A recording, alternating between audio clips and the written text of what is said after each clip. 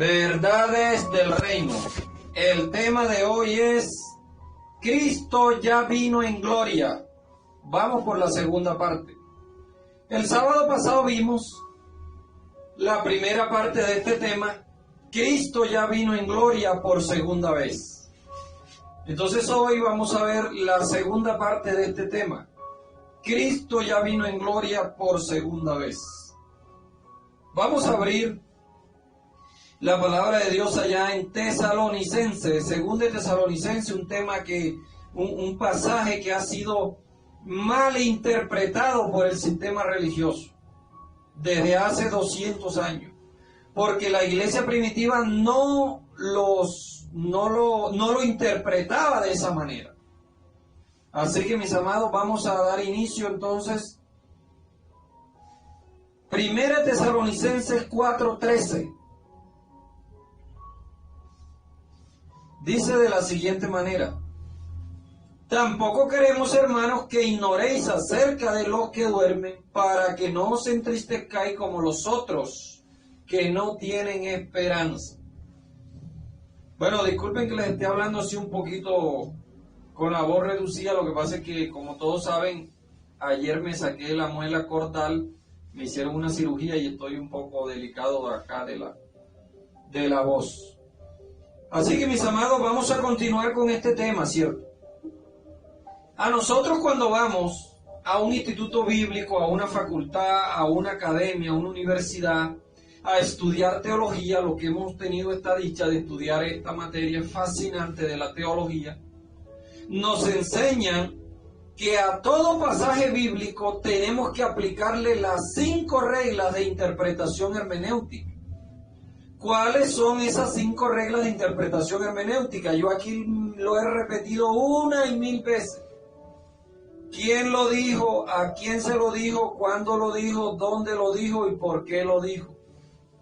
A todo texto que usted lea en la Biblia, usted tiene que aplicarle estas 5 reglas de interpretación hermenéutica.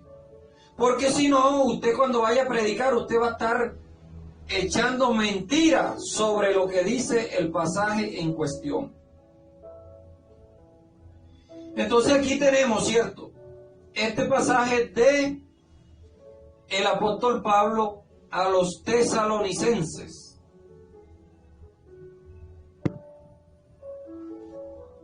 ¿Quién lo dijo? El apóstol Pablo. ¿A quién se lo dijo? A los tesalonicenses. Eso no es para usted colombiano, ni para usted venezolano, ni para usted argentino. Esta carta fue escrita para los tesalonicenses. ¿Quién lo dijo? Pablo. ¿A quién se lo dijo? A los tesalonicenses. ¿Por qué se lo dijo? Porque Himeneo y Fileto estaban hablando de que ya la resurrección se había dado. El día que nuestro Señor Jesucristo murió en la cruz del Calvario, dice, o resucitó, no recuerdo, dice que muchos de los santos que estaban en los cementerios salieron y resucitaron y llegaron a su pueblo a visitar a su familia. Entonces Himeneo y Fileto estaban proclamando y diciendo que esa era la gran resurrección que ya había ocurrido. Algo que era totalmente falso. Ahí lo que ocurrió fue una resurrección carnal, como la que le ocurrió a Lázaro, al hijo de la viuda. Bueno, en fin, a cualquiera de las 9 resurrecciones que aparecen en la Biblia. Entonces Himeneo y Fileto estaban regando esto en todas las iglesias, que ya la resurrección se había dado. Entonces Pablo escribió esta carta por eso, para aclararle ese tema de la resurrección. Entonces, ¿quién lo dijo? Pablo. ¿A quién se lo dijo? A los tesalonicenses. ¿Por qué lo dijo? Por causa de Himeneo y Fileto. ¿Cuándo lo dijo? En el año 51. ¿Y dónde lo dijo? Pablo estaba en Corintio en su segundo viaje misionero y desde allí escribió esta carta. Entonces, aquí al finalizar el versículo 13 dice, para que no se entristezcan como los otros que no tienen esperanza. ¿Cuáles eran esos otros que no tenían esperanza? Bueno, esos otros que no tenían esperanza eran los judíos que no habían aceptado a Jesús como el Mesías. Toda esa generación mala y perversa, adúltera, a la cual Juan la vio y le dijo, generación de víbora, ¿quién los enseñó a huir a ustedes? ¿Quién los enseñó a huir de la ira venidera? Y si ellos estaban huyendo de la ira venidera es porque la ira venidera se iba a cumplir en esa generación, antes de que ellos murieran de viejo. Porque si usted está huyendo de un terremoto, de un tsunami, y alguien le dice, oye, ¿quién te enseñó a huir del tsunami? Es porque el tsunami ya viene, ya está cerca. O de una guerra. ¿Cierto? Entonces Pablo se los escribió a ellos, le dijo, no se entristezcan como los otros que no tienen esperanza. Bueno, todo el que no aceptó que Jesús era el Mesías y murió sin esperanza. Pero ustedes, hermanos de Tesalónica, ustedes sí tienen esperanza. Entonces, no se entristezcan como los otros, esos otros judíos, que no tienen esperanza. Recordemos que la iglesia primitiva en un 90% estaba conformada por puros judíos. Solamente había un 10% de gentiles en la iglesia primitiva. Entonces, los otros no tenían esperanza ¿de qué? De resucitar en la primera resurrección. ¿Por qué? Porque los que iban a resucitar en la primera resurrección eran aquellos que habían muerto en Cristo. Los muertos en Cristo resucitarán primero. Entonces Pablo le dice, no se preocupe como los otros que no tienen esperanza.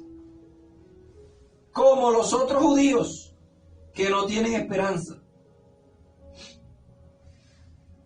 ¿Por qué? Porque si creemos que Jesús murió y resucitó, así también traerá Dios con Jesús a los que durmieron en Él. Eso eran los que iban a resucitar primero, los que durmieron o los que murieron en Cristo. Eso es lo que Pablo les está explicando aquí. Los otros judíos no. Los otros judíos no tenían esperanza de resucitar en la primera resurrección. Ellos tenían que esperar el último chance para resucitar. Entonces Pablo le sigue explicando. Dice, porque si creemos que Jesús murió y resucitó, así también traerá Dios con Jesús a los que durmieron con Él. ¿Los traerá de dónde? ¿De dónde los traerá? El sistema religioso dice que Él los va a traer del cielo. Y se va a parar en la nube y le va a decir, hijo mío, vete allá al cementerio y toma tu cuerpo, que tu cuerpo está allá. Y el espíritu va a entrar en ese cuerpo que está allá en el cementerio de no sé de dónde, de Montería, donde lo hayan enterrado, de la costa o de Bogotá. Y el espíritu va a entrar en ese cuerpo y el cuerpo se va a parar y las nubes se van a abrir. ¡Ay! ¡Soy libre! ¡Resucité otra vez! Qué ignorancia nos ha metido el sistema religioso, ¿cierto? Donde el apóstol Pablo dice en Corintios, hablando de las resurrecciones, él dice, se siembra en cuerpo animal, es decir, cuando tú te mueres, te entierran en un cuerpo animal, en un cuerpo carnal, pero resucitas en cuerpo espiritual. Bueno, ese no es el tema, algún día daremos este tema sobre la resurrección, cómo es que se efectúa la resurrección. Ahorita el tema es, Cristo ya vino en gloria, pero es necesario aclarar estos puntos. Entonces, ¿de dónde los iba a traer? Los iba a traer del Seol, porque antes de la gran resurrección que ocurrió el 15 de abril del año 70, todo el que moría iba para un lugar llamado el Seol. Todas esas almas, pues. Todas esas almas iban a reposar a un lugar llamado el Seol. Posteriormente ese lugar lo llamaron el paraíso o el seno de Abraham. Bueno, ahí yo lo explico en la enseñanza que tengo en YouTube. Hay una enseñanza que tengo en el canal de YouTube que se titula Cristo en el centro de la tierra. Allí yo explico cómo estaba dividido el Seol. Entonces todas las almas que morían iban a un lugar llamado el Seol. ¿Qué iban a hacer ahí al Seol? A esperar el último y gran día de la resurrección. Por eso Marta le dice al Señor Jesús, yo sé que Lázaro resucitará, pero en el día postrero. O sea, el día postrero para los judíos Era el día de la resurrección. Y el Señor le dice, Marta, yo soy la resurrección. Marta, yo soy la resurrección, yo soy el que habla contigo, mujer. Oiga, pero el sistema religioso todavía nos ha dicho entonces que todavía nosotros no morimos y todavía seguimos yendo a un lugar llamado el Seol. Pablo está diciendo aquí que en la segunda venida de Cristo en gloria, Él iba a traer a todos los que durmieron en Él. Todos los que durmieron en Cristo, Él los iba a traer en su segunda venida. Ahí está, ahí lo está diciendo Pablo. Entonces, mis amados, los iba a traer del Seol. ¿A dónde los iba a traer? Al reino eterno de su Padre. A este reino eterno en el cual ya nosotros estamos introducidos. Tú y yo estamos introducidos en el reino, o para decirlo de una mejor forma, el reino de Dios está entre vosotros. El reino de Dios está aquí, es un estado mental, es un estado espiritual. El reino de Dios no consiste en comida ni en bebida, sino que el reino de Dios es gozo, paz y justicia en el espíritu. Claro, pero el sistema religioso nos ha dicho que Jesús viene y va a poner los pies aquí en el Monte de los Olivos y desde ahí va a reinar por 1000 años. Entonces el reino no es eterno, porque las promesas que se hicieron desde el Antiguo Testamento era que el Señor iba a reinar eternamente y para siempre.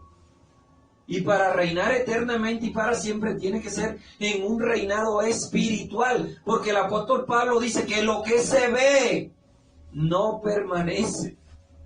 Pero lo que no se ve, es decir, lo espiritual, eso sí permanece. Entonces el reino de Dios es espiritual porque el reino de Dios permanece para siempre.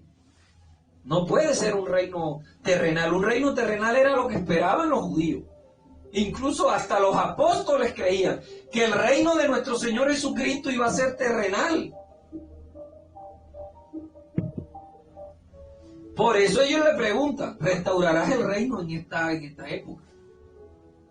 Bueno, ahí yo también lo explico en otra enseñanza que tengo en YouTube ahí para no desviarnos del tema.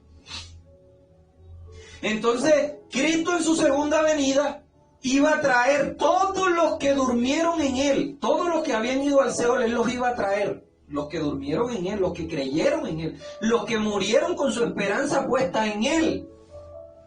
Eso eran los que iban a resucitar primero. ¿Primero que quién?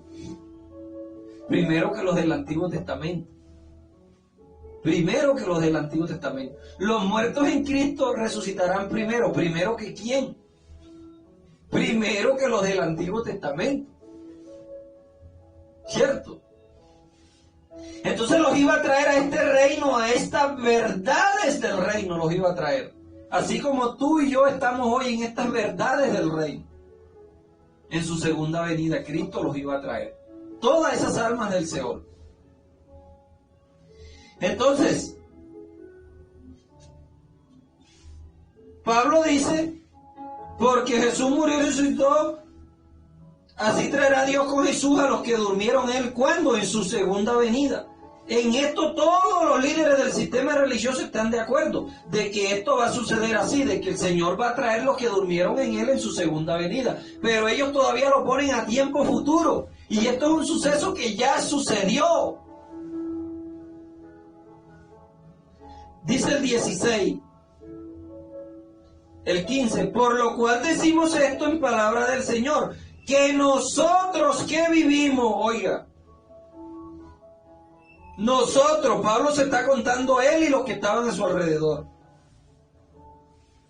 Nosotros los que vivimos, no los que habremos quedado hasta la venida del Señor, no nos adelantaremos a los que durmieron.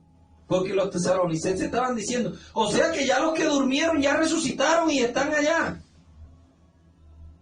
Porque ese era el mensaje que traía Mineo y Fileto, que ya los familiares de ellos que habían muerto en Cristo ya habían resucitado y ya estaban allá reinando pues en gloria, en el reino eterno. Entonces Pablo se ve en la necesidad de hacer esta carta explicándole a los tesalonicenses que eso no era así. Entonces dice, nosotros no nos adelantaremos a los que durmieron. Nosotros los que habramos quedado no nos adelantaremos a ellos. Entonces vamos a corroborar aquí por qué nosotros, hablando Pablo, por qué los muertos en Cristo resucitarían primero que los del Antiguo Testamento. Mateo 19, 28. Jesús dijo, de cierto os digo que en la regeneración, la palabra regeneración, resurrección, reencarnación, transformación, todo eso quiere decir lo mismo. Lo que pasa es que la palabra reencarnación nos la han aplicado a nosotros desde un ámbito religioso y no desde un ámbito espiritual. Pero vaya y analice usted todas las raíces de estas palabras: regeneración, transformación, resurrección, reencarnación. Todo quiere decir lo mismo. Todo quiere decir morfo, cambio. Cambias de un cuerpo de la tercera dimensión, cambias a vivir a otro cuerpo de la cuarta dimensión. Trae el implícito morfo, el prefijo morfo, que quiere decir cambio. Todas esas palabras. Entonces el Señor aquí está hablando de la resurrección. Dice, de cierto os digo que en la regeneración, cuando el Hijo del Hombre se siente en el trono de su gloria, vosotros que habéis seguido también os sentaréis en 12 tronos para juzgar las 12 tribus. Y cualquiera que haya dejado casa, padre, hermano, padre, madre, mujer, hijo, tierra, por mi nombre, recibirá 100 veces más ahora y heredará la vida eterna. Y el versículo 30 dice, pero muchos primeros serán últimos y muchos últimos serán primeros. ¿De qué está hablando el Señor allí? Que en la resurrección, cuando llegue ese día de la resurrección, muchos que murieron primero, como Noé, como Matusalén, como Adán, como Caín, como Abel, todos esos que murieron primero serán últimos en resucitar. Y ustedes, que son los 12 discípulos que van a morir de último, serán los primeros en resucitar. Por eso Pablo dice, los muertos en Cristo resucitarán primero. ¿Primero que quién? Que los que murieron en el Antiguo Testamento. Porque los que murieron en el Antiguo Testamento murieron con la esperanza puesta en la figura que es Cristo, en el cumplimiento de la dispensación de todas las cosas, que es Cristo. Ellos no vieron con sus ojos. Dice la Biblia que ellos lo saludaron desde lejos, pero no tuvieron el placer. Por eso el Señor le dice a los 12, le dice, muchos profetas desearon ver lo que ustedes están viendo y no lo vieron. ¿Qué fue lo que desearon ver? Bueno, que la oveja comería junto con el lobo. Porque el Señor dijo, los mando como ovejas en medio de lobos. Vayan. Ese era el sentido espiritual. No es que es verdad que un lobo, un animal, va a estar viviendo junto con una oveja. Eso es lo que espera el sistema religioso. Nosotros sabemos que todo esto es un ámbito espiritual. Entonces Pablo, cuando está diciendo, nosotros no nos adelantaremos, no resucitaremos primero que nuestros hermanos que ya murieron en Cristo, no. Mira aquí la palabra adelantaremos. Porque él dice, aquí nosotros tenemos que analizar bien lo que Pablo está expresando. Pablo dice, porque el Señor mismo con voz de mando, con voz de arcángel, con trompeta de Dios descenderá del cielo, y los muertos en Cristo resucitarán primero. ¿Primero que quién? Que los del Antiguo Testamento. Luego, esta palabra luego es un adverbio, ¿cierto? Viene del griego argotera. Nosotros tenemos que analizar bien, mis amados, la etimología de las palabras. Este luego viene del griego argotera, que es un adverbio que tiene un valor temporal. Tiene un valor temporal. No es eterno. Tiene un valor temporal. Y todas estas palabras provienen de argotera. Luego, a continuación, posteriormente, más tarde, seguidamente. Viene del griego argotera y puede significar muchas otras cosas más. Entonces dice, luego nosotros los que vivimos, los que hayamos quedado, óigase bien porque es un verbo transitivo, los que hayamos quedado, ¿seremos qué? Arrebatados. Entonces cuando nosotros leemos esta palabra que aquí en el griego viene del griego arpazo, que quiere decir cuando los pescadores griegos salían a pescar y ellos capturaban un pez en una red, entonces le daban un arponazo, ¿cierto? ¡Pah! Y lo aseguraban con el arpón y lo subían a la barca. De allí viene esta palabra arpazo. ¿El Señor acaso es ladrón que viene a robarse algo, viene a arrebatar algo? ¿Ah? Por favor, mis amados. Pablo aquí lo que está diciendo es que nosotros, después que ellos sean resucitados, luego nosotros, los que vivimos, ya no vamos a ir para ese lugar llamado el Seol. No, porque ya Cristo llegó y Cristo es la plenitud. A nosotros ya no nos corresponde ir para ese lugar llamado el Seol, sino que usted va muriendo e inmediatamente usted va siendo arrebatado a la presencia de Dios. ¿Acaso Pablo no lo dijo en Corintios cuando dijo, ausentes del cuerpo, presentes a Cristo, inmediatamente? Eso era para los que estaban antes de Cristo, que morían y iban a un lugar llamado al Seol a esperar la resurrección. Pero cuando Cristo vino en gloria a hacerle juicio a Jerusalén, que comenzó ese juicio desde agosto del 67 hasta el 15 de abril del año 70, allí en ese periodo se cumplió la gran tribulación. Y dice la Biblia en San Mateo, inmediatamente después de la tribulación de aquellos días, aparecerá la señal del Hijo de Hombre. Entonces, si la tribulación se acabó el 15 de abril, ¿cierto? O más bien se acabó el 14 de abril a las 12 de la noche, el 15 de abril a la 1 de la mañana apareció Cristo en la nube con poder y gloria. Lo vio Flavio Josefo, lo vio Tácito, lo vio Suetonio, escritores romanos que detallaron en sus libros todas las nubes que veían ellos y los ángeles volando encima de Jerusalén y las trompetas sonando y la voz que decía, salid en medio de ella, pueblo mío. Lo que pasa es que el sistema religioso no le conviene que usted lea, no le conviene que usted se instruya. Pero todos estos hechos quedaron plasmados. Todos los historiadores del primer siglo lo dejaron plasmado en sus escritos, amados. Y claro, el sistema religioso está diciendo que esto todavía no ha acontecido. Y ni lo permita Dios que usted le nombre a Suetonio, a Tácito o a Flavio Josefo, por nombrarle los tres más reconocidos, porque hay muchos más que escribieron. Escritores de la India, de Egipto, de Grecia. Detallaron en sus libros todo lo que estaba aconteciendo, carros de fuego y una espada sobre Jerusalén inmensa que se veía.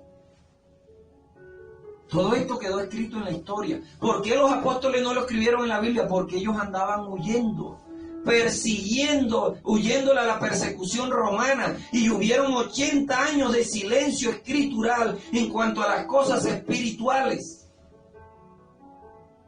Solamente se escribían, pues, poemas y cosas de historia y acontecimientos que pasaban. Pero eso está allí plasmado. Vaya usted, amado, y investigue para que usted se dé cuenta de que no es un invento mío, eso está en la historia. Allí está un libro que se llama, que yo lo recomiendo, What Happened Year Said. ¿Qué pasó en el año 70? Está en español, usted lo puede conseguir. O puede conseguir el libro de David Chipton, La Parucía. O puede, bueno, aquí me podría yo cansar de recomendarles libros y libros y libros. Antes de la caída, también se llama otro libro. para que usted lea y se instruya de que todo esto sucedió en esa época del 67 al 70. Allí se consumó la ira de Dios. Entonces Pablo dice, nosotros los que quedemos vivos, o nosotros los que quedemos vivos, después de la venida del Señor, iremos subiendo, uno por uno, a medida que nos vayamos muriendo, iremos siendo arrebatados. Y allá nos encontraremos con ellos en las nubes, para recibir al Señor en el aire. Seremos o iremos siendo, también es un verbo no copulativo, que significa suceder, esperar una realidad, para juntarnos con ellos o estar junto con ellos. ¿Por qué? Porque ellos resucitaron el día que Cristo apareció en las nubes. Por eso Cristo dijo, esta es la hora en que los muertos oirán mi voz y saldrán de los sepulcros. Esta es la hora. Y ya ustedes, la mayoría saben que la palabra esta hora, o estos días, o esta generación, quiere decir 40 años. Para Dios 1000 años es como un día y un día es como 1000 años. Entonces, si para Dios un día es como 1000 años, ¿cuánto es para Dios una hora? 40 años, divídalo para que vea usted. El Señor está diciendo, en estos 40 años, es decir, del 30 al 70, los muertos van a salir de la tumba y van a resucitar. Y como dijimos en la enseñanza pasada, ¿cierto? En estos 40 años, algunos de ustedes que me están aquí oyendo, no van a morir, sino que me van a ver venir en las nubes en gloria. Entonces, cuando nosotros hablamos de las nubes, muchos creen enseguida, la mente se les va a las nubes, este fenómeno natural que aparece ahí en el aire, que cuando uno va en el avión, uno pasa por encima de las nubes y todo eso. No, mire, la palabra nube viene del griego nepelex o nepos, haciendo alusión a la diosa ninfa.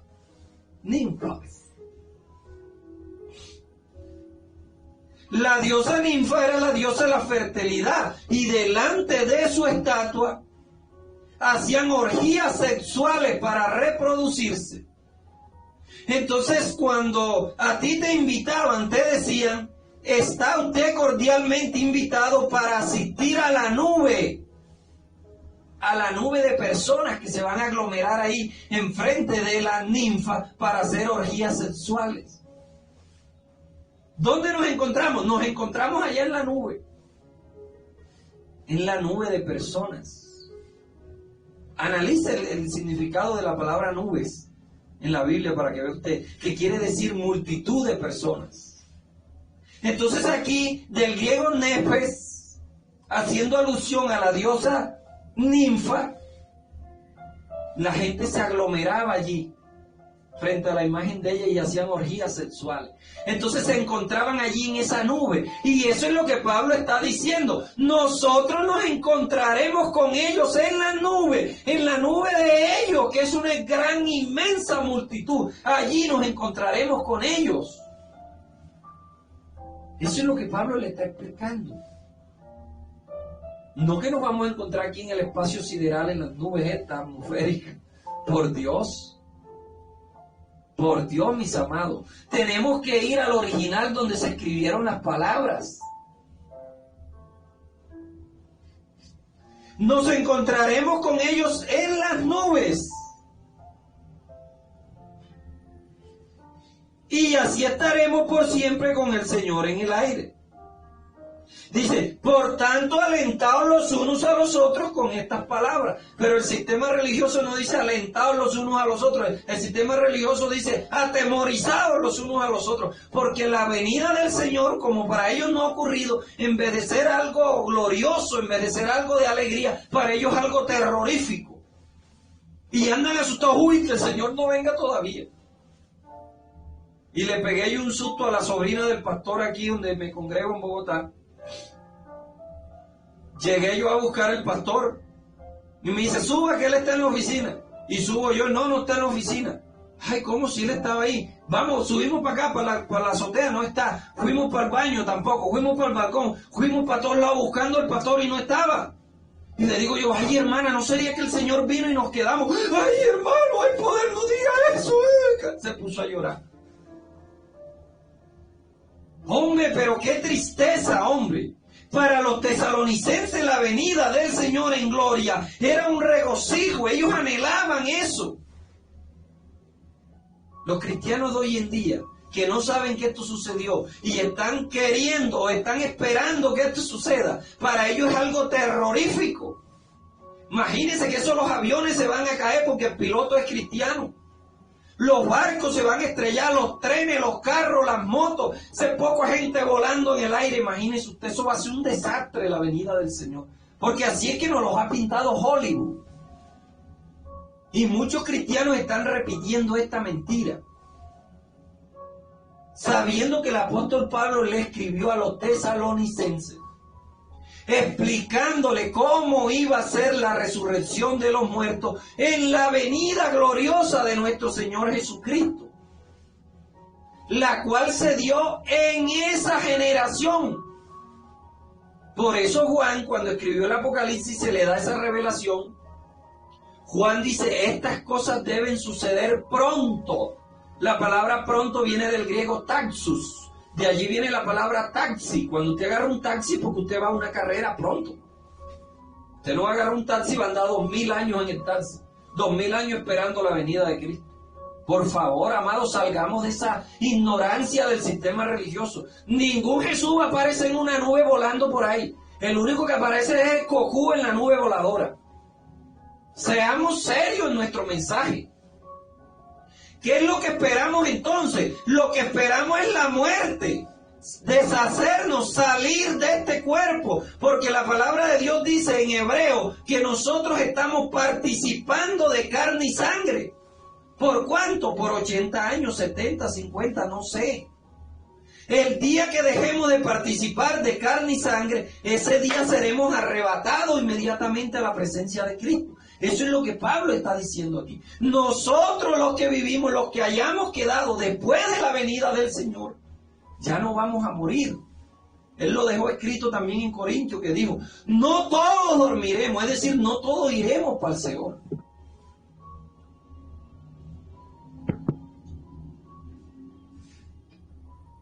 Pero todos seremos transformados, pues.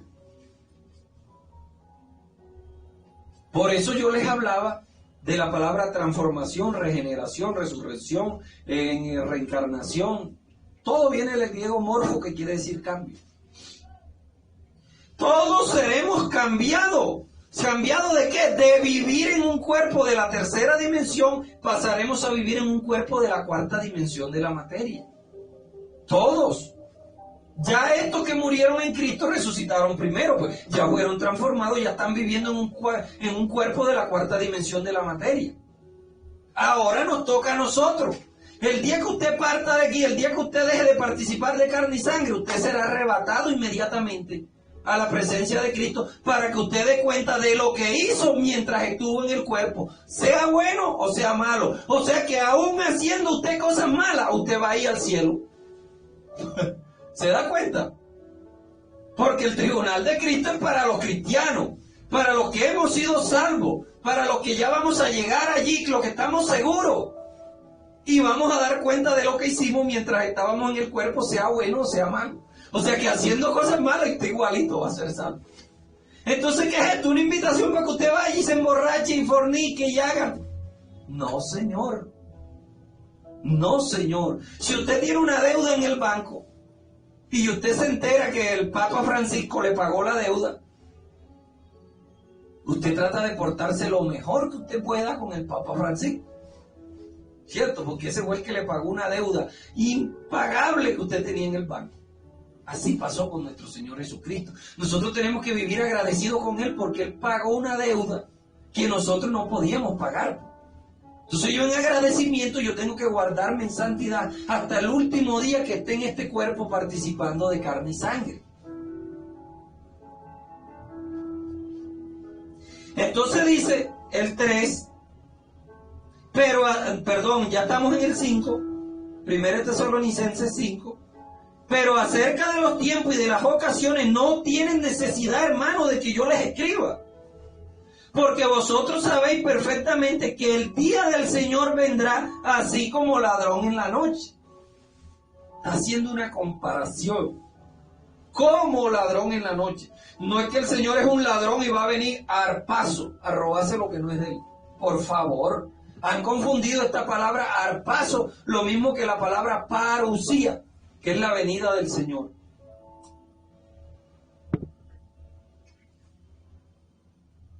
Entonces dice el 5.3, porque cuando digan paz y seguridad, entonces vendrá sobre ellos destrucción repentina. ¿Quiénes eran los que iban a decir paz y seguridad? Bueno, el pueblo de Israel, porque el Señor les había dicho que cuando vieran a Jerusalén rodeada de ejércitos, sabían que su destrucción estaba cerca. Pero allí, cuando Jerusalén, que fue sitiada por más de 3 años, se levantaron más de 24 falsos mesías y falsos cristos, haciéndose pasar por Cristo.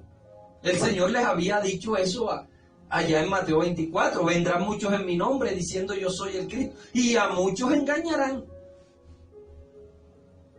En esa época que Jerusalén estuvo sitiada, se levantaron muchos diciendo que ellos eran el Cristo y que ellos iban a salvar a Jerusalén del sitio romano. Y decían paz y seguridad aquí, Jehová nos va a salvar, yo soy el Mesías. Muchos se hicieron pasar por el Mesías. En ese sitio de Jerusalén del año 67 al 70. Entonces cuando ellos digan paz y seguridad, ellos, los judíos que no creyeron en el Mesías, cuando ellos digan paz y seguridad, les va a venir una destrucción repentina. ¿Por qué? Porque los que le creyeron al Mesías huyeron, salieron de Jerusalén y se fueron para Pella, del otro lado del Jordán. Y allá permanecieron escondidos hasta el fin. Y allá fueron salvos. ¿Salvos de qué? Salvos de la matanza que hicieron los romanos allí dentro de Jerusalén. Que las propias madres se comían a los hijos asados, sin sal. Porque no había... Quemaron los graneros, pues. Entonces las propias mamás se comían a los niños.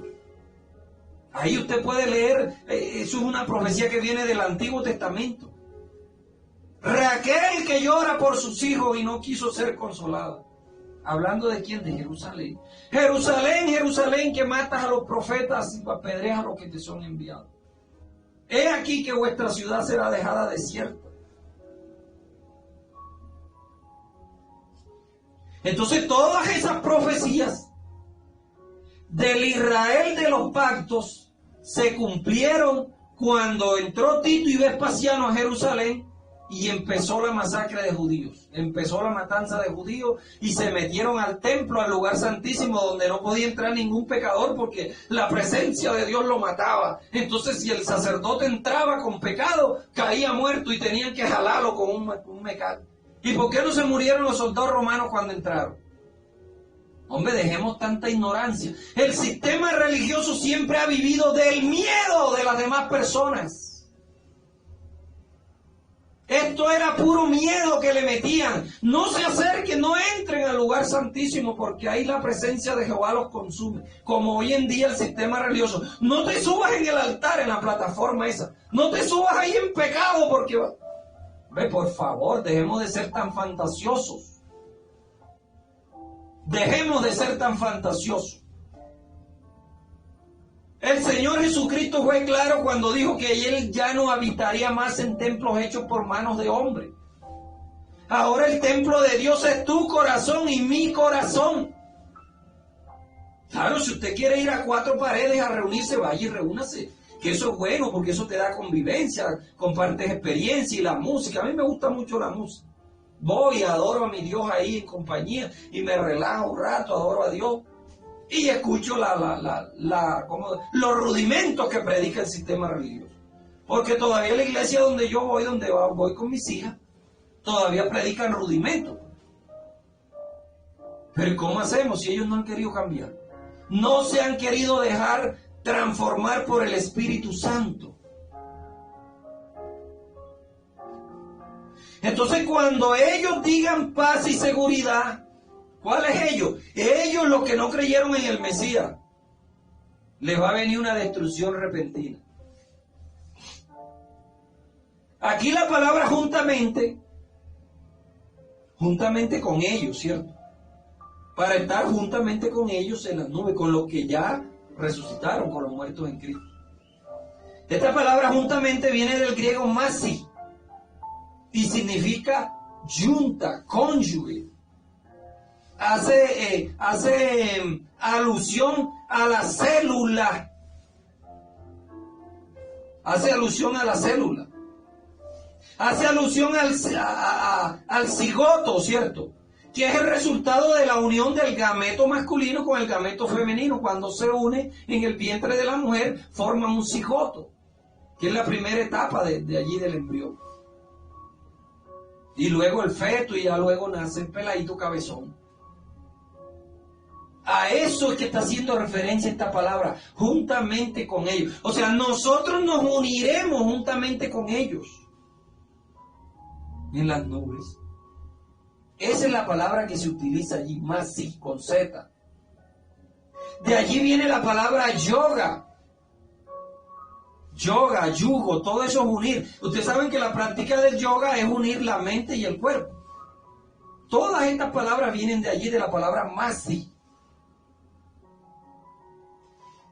Entonces Pablo lo que está hablándoles a ellos aquí es de cómo va a ser la unión de nosotros los vivos y de los que estaban en el Seol. ¿Cómo va a ser esa unión con nuestro Señor Jesucristo? Eso es lo que Pablo les está hablando. La unión con nuestro Señor Jesucristo va a ser de la siguiente manera. Los muertos en Cristo resucitarán primero en la venida de nuestro Señor Jesucristo, ¿cierto? Estarán con Él allá, unidos. Luego nosotros, los que vivimos, vamos a ser arrebatados. O sea que ya no vamos a ir para el Seol, sino que en el momento que partamos de aquí, inmediatamente seremos arrebatados. Y nos uniremos a ellos y al Señor Jesucristo. Masi. ¿Cómo va a ser ese proceso de unión de los muertos y de los vivos? Y eso fue lo que habló nuestro Señor Jesucristo allá en la oración que él hizo por sus apóstoles en San Juan 17.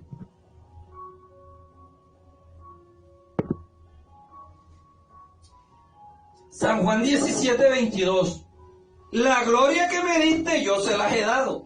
Pero el sistema religioso dice que Dios no comparte su gloria con nadie.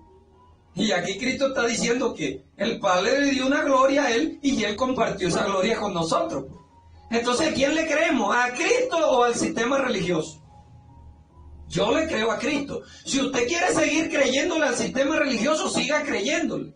Va a morir engañado como han muerto generaciones y generaciones.